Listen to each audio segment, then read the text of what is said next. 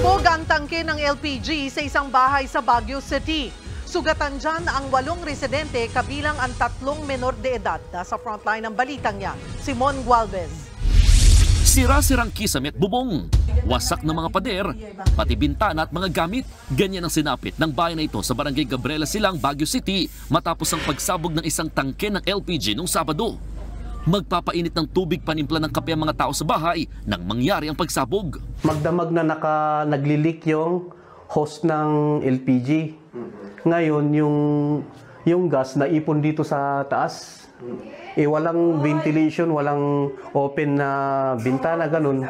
Kaya naipon dito sa loob. Ngayon, nung sinaksak niyang ganyan, doon nag-umpisa yung ignite. Palong sugatan sa disgrasya.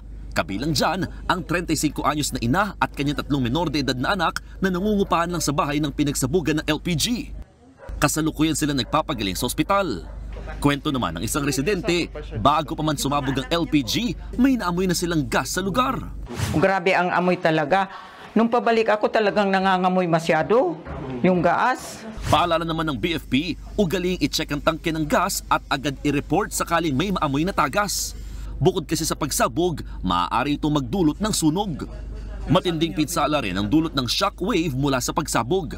Katunayan, 4 na kapitbahay din ang sugatan habang 5 pang bahay ang nadamay sa lakas ng pagsabog. Napakasakit po pero wala po kaming magagawa kundi tanggapin po kasi di bali na lang po yung bahay mapapalitan pero po yung buhay, pag yun po ang nawala, hindi na po mapapalitan.